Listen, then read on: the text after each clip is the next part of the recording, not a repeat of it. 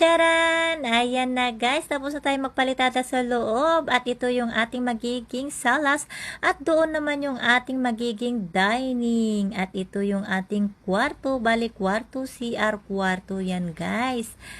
Ayan, ito yung papasok sa kwarto. Ito yung magiging kwarto ni Pudrang.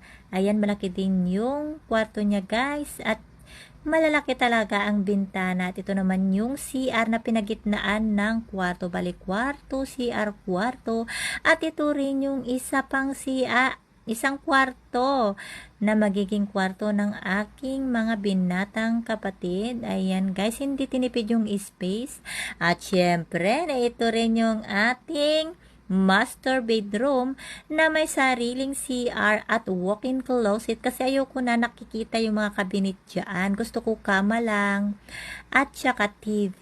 Ayan guys. At ito yung papasok sa ating CR at walk-in closet. Ayan, parang masikip ata pero sabi naman nila tama lang. Pero tingnan natin sa personal. Ito yung ating magiging CR sa master bedroom guys.